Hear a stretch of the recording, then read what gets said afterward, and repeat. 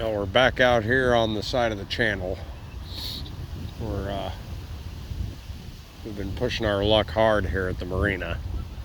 So I've been trying to keep my head low, you know.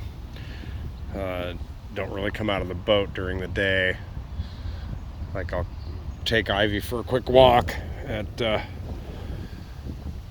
7:30, 8 o'clock in the morning, because the office doesn't open till 8:30, and then stay in the boat as long as possible before, she has to go out and pee.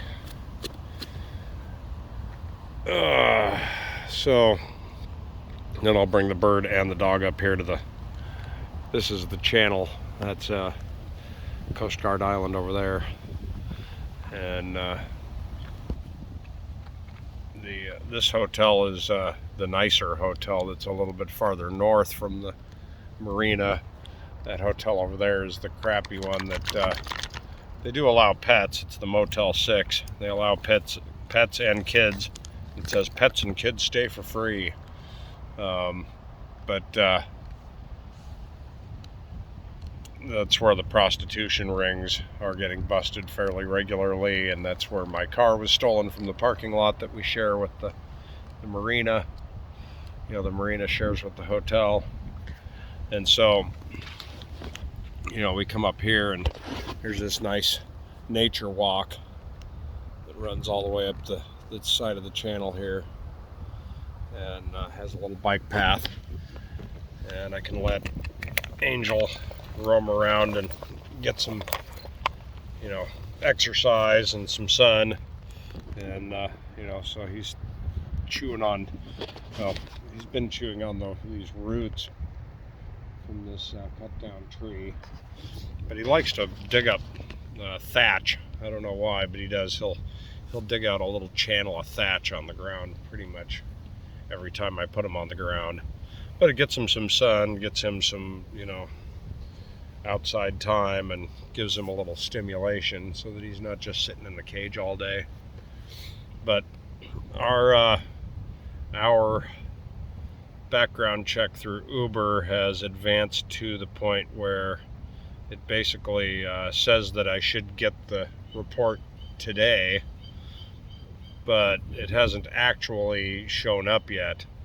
I have $180 or $189 or something like that in my bank account, and once that report comes through, then I will need to have $200 for a deposit for the Tesla, assuming that they agree to give me one. The qualifications to get a Tesla are just that you have to have driven so many people, like you can't be a brand new driver, and you have to have a fairly high Uber rating.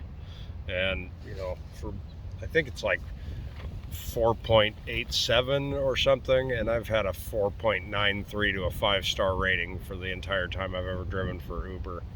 It's always been very high, and I've probably driven, according to the app, I've driven 6,000 trips, but the estimate of how many passengers I've had in my car is closer to like 22,000 people, because I drove Uber large, like I had an SUV for a while. It only counted each trip as one passenger when I did. Probably about 50% of my passengers were Uber pool, and I think that number, that 5,600 number that it currently shows, is actually a little low. I think it used to show a lot larger number of trips. Like, maybe they used to count the pool trips as 2 passengers, and now they only count it as 1 trip. But there was a time where it showed me that I'd driven something like 22,000 customers over the 3 or 4 years that I drove for them. So anyway, but I qualify for all of that. It also says that I have to show that to the Hertz guy or Avis guy, whichever one it is, when I get the car.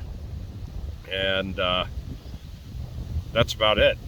That's about the extent of it. They take the money directly out of your Uber account every week, and so I'll have to get out and start working. But man, I'm going stir crazy sitting around here in the boat all the time. I want to get out and make some money real quick, and get a few trips in, and then I can buy wiring and the brackets. My exhaust for my diesel heater, it comes out of the diesel heater and it runs about 5.5 feet towards the back of my boat, where it goes through the port that I put in the boat like 3 or 4 days ago, where the exhaust actually goes outside. But that pipe is going to get hot, and I don't want it just hanging there between the heater and the port. That hot exhaust pipe I've got a wrapping for it that's like fiberglass wrap, but I would like to somehow suspend that pipe so that it's always in the same place. And a lot of people on the internet have used like a pipe hanging bracket. It's basically like a clamp that has a little stud on it that you screw to the ceiling, and then you can use it to hold like plumbing pipe up. I'm thinking 4 of those would work pretty good for mounting the pipe so that it can't hang down. And I'll put that clamp on the outside of the fiberglass thermal wrap that I've got, and then in time I'll actually build a box that'll go around that so that you don't have to look at the pipes. And there's actually an exhaust vent hose that runs up that same channel, and it's made out of rubber, and there's a PVC tube that has a life-saving pole thing in it that I need to, that came originally on the boat. You're supposed to like hook it to the person that fell off the boat, just like you would if it was throwing them one of those floaty rings. But in the 70s, the IOR boats were required to have that, and mine has one of those. I could technically get rid of that today and just seal up the pipe, make it look like I have a cannon port or something out the back of the boat. But I want all of that to be hidden so that you don't have to look at it. And then I'll build basically a bookcase underneath it, because I'm basically putting the heater where the little bookshelf used to be for the cockpit. And I want to have the ability to have an easy access to my sailing books. And those are just things like, I have a book that's sailing for dummies, or sailing for idiots, or something like that. And then I have one that's all about how wind patterns work. And then I have one that's a world encyclopedia of maps that's from the late 60s. I have some reference cards my sister gave me a few years ago that show you, the different symbols for various charts and that sort of thing. And I'd like to have all of that stuff. And my Coast Guard handbook that gives you all the rules of the road when you're in the water, which ironically are all the rules of the road are based on the rules of the sea. Like red light means you're supposed to give that guy the right of way, and a green light means that you have the right of way, when you see a boat coming towards you. If you see a boat that has a red light, they're seeing your boat as a green light, because that's just the way the lights work on your boat.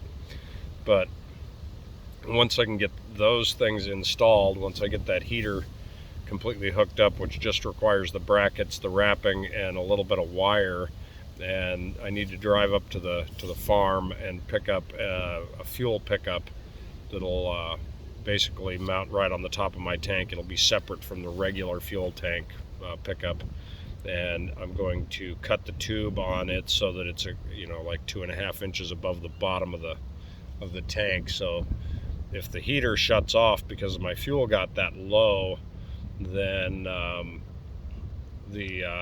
I'll still have a couple of gallons to get myself ashore, to a fuel dock, so that I can get more fuel. But once I can, work a couple of jobs and get these few cheap, low-cost supplies, then we won't need the Suburban to sleep in. We can just get in the boat, take it out to anchor every evening, anchor down, sleep, get up in the morning, drive back over to the marina, park the boat. I'll get in the Tesla and go off and make more money. The fact is, and I've had to face this, is that if the Suburban shows up, it may not be operable anymore. It may have, they may have cut the catalytic converters out of it. They could have done more damage to it than just that. There could be engine damage. There could be transmission damage. They could have stolen the tires off of it. There's a number of different things that, could be the case that make the $2,500 Suburban unworthy of repair. It'll be cheaper to just go buy another one. I talked to my landlord's son, who's the only one at the farm that'll still talk to me, that has any kind of data about that place. And I told him, the Suburban's only worth like $2,500, so I had liability on it. And he says, well, $2,500 vehicle, if they stole it, they'd probably have had a $2,000 deductible to get another car. So I would have just had to pay most of another car out of my pocket anyway. And what's the point of paying for, full coverage that costs $2,000 or $2,500 a year, or every 2 years, $2,500 every 2 years, just so that they can charge me $2,000 to get a new $2,000 car at the end? It wouldn't have made any sense. He said it would have been most likely a wash, and he's dealt with that kind of thing a lot. They've had a lot of vehicles and machinery that have gotten destroyed, and that's just kind of how it works. So, the fact is, if I get it back and it's not usable, which is a very good possibility, $2,000 worth of catalytic converters and needing the engine replaced would make the whole thing a wash. It wouldn't be worth it. It had $1,400 worth of tires on it. So if the tires are gone and the catalytic converters are gone, then that's $3,500 worth of trouble, and I could just go buy another Suburban with lower miles on it, which doesn't mean that I wouldn't want to get it out of impound. I might want to get it out of impound and stick it in a storage lot so that I can use it as a parts car for another one, and of course take my camper stuff out of it. If it's still there, get my roof rack, my topper box, my kayak holders, the bed, maybe not the mattress, depending on if they were using it as a hooker mobile, but get the bed and the drawers and that stuff out of it. If they didn't steal the refrigerator and the battery, I'd get those back, that sort of thing. So I looked it up online and found like 3 of them that were almost identical to mine, but a couple years newer, for $2,500 to $3,000. So I'm just facing that reality. I've been spending about $150 a week in gas in the Suburban, and the Tesla will only cost me about $50 a week to use to do the same amount of stuff, because the amount of gas that I'll save by using an electric car, where it costs like $25 to fill up the battery at the supercharger, will be significantly cheaper. And then they give me kickbacks for things like driving an electric vehicle, having a green vehicle. There's a $1 subsidy for every trip, so that's 30 extra bucks every week just for the required trips.